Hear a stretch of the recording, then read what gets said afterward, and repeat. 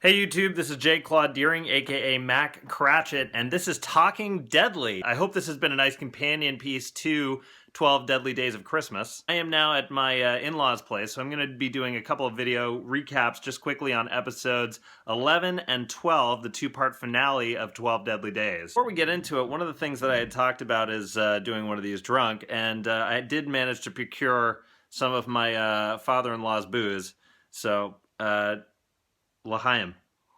Is there a 12 Deadly Days drinking game yet? If there is, please let me know about it so I can post it. Okay, so here's your 5 count.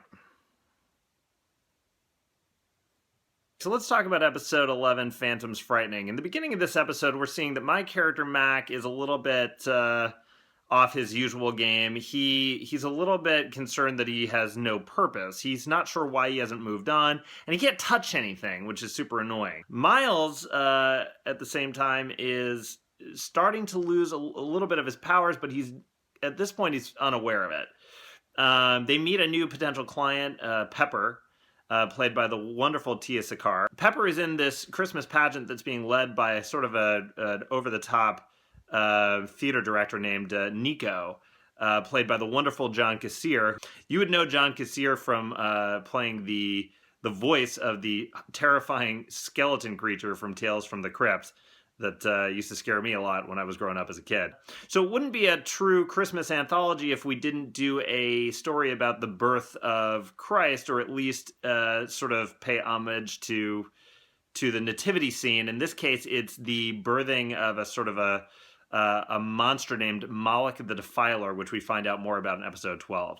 Meanwhile, Mac gets paid a visit by Sarah, who's played by Ellen Green, who we saw earlier in Reindeer Games. Sarah is the only person who can talk to Mac outside of his brother Miles.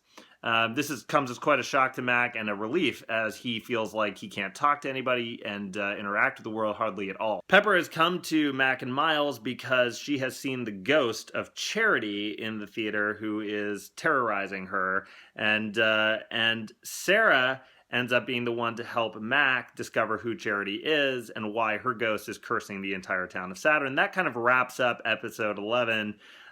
Except that right at the end of the episode, Miles completely loses his ability to see Mac at all or hear him. So it leaves us on this kind of nice cliffhanger of what's going to happen next. Okay, before talking about episode 12, I'm going to take another little sip here. Okay, in episode 12, World's Ending, we continue with Sarah helping me and Miles communicate, and helping us stop Charity the Ghost and Moloch the Defiler and Nico from bringing Moloch the Defiler to the town and casting a spell over everybody who lives in Saturn. We see all the characters from past episodes have come to this pageant, and they're now being sort of hypnotized by this birth ceremony. I believe that it is my purpose to stop the proceedings, to stop Moloch the Defiler, and you know, surprise, surprise, I get to be the hero in this story. Of course I get to be the hero. Look at me. Don't I look like a hero? No, I don't.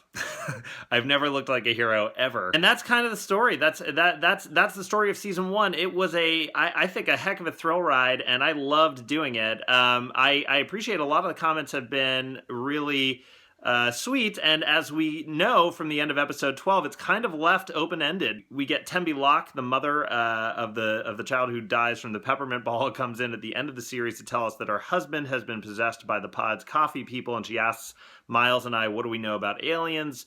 And then it's off our look. You know, I know that this team is excited about bringing more 12 Deadly Days to you folks, and I know that you guys, there's a real interest in that, so you know, make sure to make your voices heard. If you liked this series, you know, tweet it, post about it, do your own vlogs about it. We would love to engage with you guys more. I don't know if I'll do more vlogs in my daily life. I'm not sure. It was fun testing this out.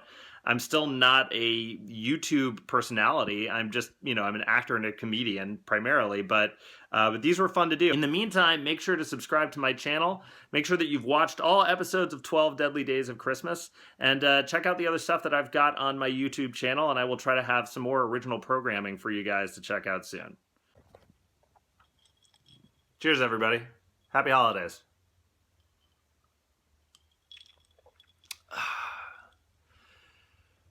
Now I'm depressed.